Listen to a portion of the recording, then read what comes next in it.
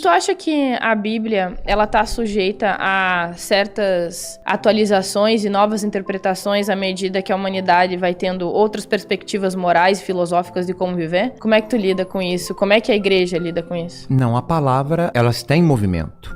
Até porque a palavra, ela é inspirada. O fato dela ser inspirada faz com que ela se movimente, ou seja, se atualize. Tu acha que, de certa forma, ela é viva? Viva. É isso? Sim. Ok. Ela é viva. Então, ela se atualiza, mas ela não pode perder o seu significado. Então, atualizar-se não significa deixar para trás a verdade expressa pela palavra. Pode me dar um exemplo? Os mandamentos, por exemplo, que estão no Antigo Testamento, né? Nós vivemos uma sociedade onde as coisas evoluíram, então amar a Deus sobre todas as coisas. Hoje eu digo para uma mãe que é cristã, eu falo, você precisa de amar mais a Deus do que os seus filhos. Elas ficam em desespero. Então, peraí, a lei é muito clara. Amará o Senhor teu Deus acima de todas as coisas. Tu acha que elas realmente são impactadas com isso? Muitas. E tu já disse isso? Já disse isso na missa, inclusive. Falo, amar a Deus sobre todas as coisas, mais do que o teu próprio filho, mais do que o teu marido, do que a tua esposa. É um mandamento que pertence à antiguidade, mas que nunca vai ser mudado. Então, que amor é esse a Deus que a gente substitui tão facilmente? Porque se nós pararmos pra pensar, Roberto, você tem que amar mais a Deus do que seus filhos. Eu tenho que ir mais na missa mesmo. Acho que não é ir na missa. Não tem a ver com ir na passa missa. pela Eu missa. sei, mas é porque no momento ainda pra mim é difícil. Eu tenho que aprender mais sobre Eu não consigo. Você tá entendendo? Eu me nego, porque eu sou ateia. Pior Não, ainda. Não, mas você tá entendendo. Mas eu Zé. tenho uma interpretação, e aí de verdade, que é o seguinte: quando você fala, ame a Deus mais que você ama seus filhos. Meus filhos são, pra mim, um presente de Deus. De verdade. Eles foram o melhor presente que eu já tive. A ponto de eu enxergar esse presente tão bom, tão valioso, que eles sendo pra mim um presente de Deus, e eu sabendo que eles também são filhos de Deus, pra mim eles são como se fossem representantes que Deus me entregou pra cuidar aqui na Terra. Perfeito, então eles podem voltar hoje pra Deus. Se assim for o melhor caminho pra eles, eu penso muito sobre isso. Nossa, Se for o melhor caminho pra eles, eu não quero segurá-los Mas aqui. é o que... entende como Não que... quero segurá-los aqui. Não por mim. E é verdade, não vai ser fácil? Não. E eu já conversei isso com minha mãe, porque minha mãe passou por uma situação onde ela muito católica que é, ela pesou sobre isso. E ela aceitou muito bem. E ela me relata isso constantemente, porque a dor existe. Claro. Mas ela preferiu ter o melhor caminho. Na fé que ela teve, que foi com a mãe dela, ela falou, Deus, se for o melhor caminho, faça. E são respostas que às vezes você recebe, que foi muito rapidamente, tipo assim, faça, e aconteceu quase que instantaneamente. E ela teve aceitação. E aí, perto do que você também falou, Espectro, pra quem tem religião, você tem um conforto, um entendimento que de alguma forma te acalanta, te substitui a dor, né? O entendimento. Porque pra quem não entende, eu imagino, é mais sofrido. A Raquel de Queiroz tem uma fala que eu acho interessantíssima, porque ela é ateia. E ela dizia, eu sofro por não crer, porque quando eu sofro, eu não tenho a quem recorrer. Então, eu acho triste ser ateia. Isso é a Raquel de Queiroz que disse. Então, o religioso, ele tem em que se apegar, ao que se apegar, né? E como se apegar. Em que você se apega? Essa é uma pergunta direta pra mim? É, assim, você que é ateia também. A Raquel diz isso, né? Você concorda com ela?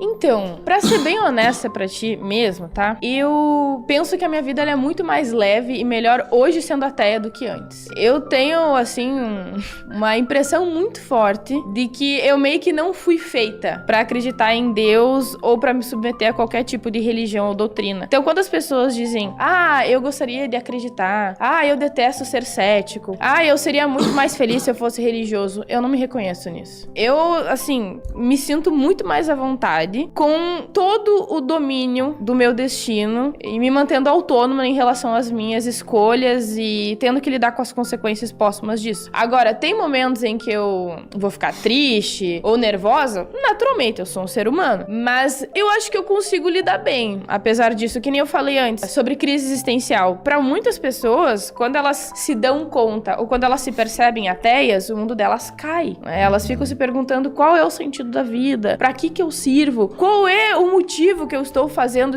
isso tudo, sabe? Eu tô levantando todo dia de manhã, trabalhando e construindo uma família, etc. Pra quê? Quando eu me tornei ateia, quando eu me descobri ateia, eu fiquei, nossa, mais leve pra você. Que bom. Agora as coisas fazem sentido pra mim. Pra mim funciona. E onde que eu me seguro? Boa pergunta. Nos meus amigos, no meu co-host, que é uma pessoa que eu admiro profundamente, principalmente nos meus propósitos de longo prazo. E eu acho que, assim, é até engraçado, o que faz com que muita gente me enxergue como uma ateia católica, tá? Porque tem muita gente que acha que só falta isso aqui pra eu me tornar freira, né? Pra mim, o sentido da vida... Eu te chamei de freira evangélica, Então, né? olha só, chegou perto. O sentido da vida é servir os outros. Eu tenho um prazer em ser útil pras pessoas, impactá-las em larga escala, que satisfaz a minha existência, no geral, sabe? E isso também é muito antigo. Eu sempre tive um senso de propósito muito forte. E veja, eu nunca correlacionei isso com religião. Então, quando a religião deixou de existir na minha vida, não fez diferença nenhuma. Porque eu nunca associei isso com crença em Deus, eu nunca associei isso com converter as pessoas, participar da igreja, construir uma família sobre os preceitos divinos. Nada. Isso sempre foi natural. Então, tu tirou tudo isso, sabe? Não fez diferença nenhuma na minha vida. Eu continuei sendo uma pessoa com senso de propósito em servir os outros. E é engraçado porque eu sempre fui muito rebelde. Muito rebelde. E eu não entendia, eu nunca, talvez no passado, teria conseguido reconhecer e admitir que, apesar de eu ser rebelde e desejar ser muito autônoma, na verdade, eu também queria ser uma servidora. Era paradoxal. Para algumas pessoas pode ser paradoxal, sabe? De querer ser muito autônoma, de ser rebelde, de contestar o status quo e as autoridades e tudo mais, mas na verdade fazer isso porque eu quero servir os outros de alguma forma. Eu quero servir as pessoas de um modo positivo, sabe? De ser útil pra elas, entendeu? Então, algumas pessoas acham que eu acabo me sendo meio que freira, né? Uma católica e tal, mas é que eu acho que é isso que me sustenta. Você me fez lembrar de Madre Teresa de Calcutá, Santa Teresa de Calcutá, e vou te dizer por quê.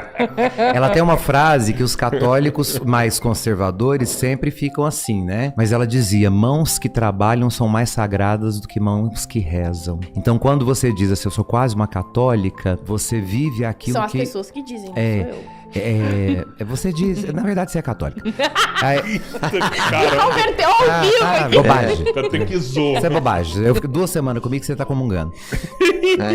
Mas assim, a prática do amor, a prática da caridade... é o que nos leva ao contato com Deus. E quando você fala do seu ateísmo, você está falando de não acreditar no Deus que a religião te ensinou ou naquele ser que está dentro de nós, apesar de nós? Apesar de eu ter uma perspectiva naturalista acerca da realidade, de que não existem energias sobrenaturais, ou que exista ou possa existir um ser sobrenatural, divino, que determinou o passado, presente e futuro, eu tenho experiências espirituais naturalistas. Através da ayahuasca, por exemplo, ou dos cogumelos, ou também de certas atitudes, certas conexões que transcendem a minha natureza individual. E eu entendo isso como experiências espirituais, não sobrenaturais. Mas uma coisa que é importante também pontuar, tá? Eu não tô aqui querendo me promover como, ai, eu sou tão boazinha, eu sou uma santa. Não, eu sou extremamente vaidosa, eu sou competitiva, eu sou violenta, como eu já falei no podcast de ontem. Mas isso não invalida Enfim, a caridade. Ok, não invalida. Ok.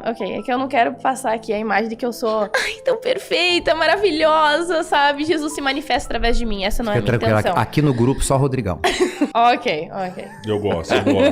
Mas o professor Daniel Gontijo, ele tem um estudo interessante sobre isso, né? Ele até classifica alguns ateus como ateus místicos. Místicos, né? Isso. Você pode ser uma ateia mística, né? Porque acredita em algo espiritual. Mas ele fala também, ele já mediu o nível de felicidade das pessoas, e ele fala que tem um estudo que a pessoa que acredita muito em Deus, que é muito religiosa, ela é tão feliz quanto a pessoa que é 100% ateu, que não acredita em nada. Sim. Ele e disse a pessoa que tá no meio, ela é mais infeliz. É a pessoa que tá... Sem dúvida. Nossa, e aí a pessoa que tá em dúvida. E talvez eu seja esse ateu que tenha 100% certeza. Exatamente. Pois agora eu vou te muita dizer vontade sendo ateia, e aí eu me sinto o que a igreja diz sobre isso? Olha que coisa interessante. De fato, aqueles que estão no meio são mais infelizes. Isso é comprovado. A própria igreja, por meio dos sacramentos, vai dizer aos cristãos católicos: não fique no meio, por meio da unção dos enfermos, que era chamada antigamente de extrema unção. É um sacramento. Por quê? A palavra enfermo do latim é infirmorum, ou seja, o indivíduo que não está firme, está titubeando de lá para cá. Então, os doentes, os enfermos, são os que estão no meio.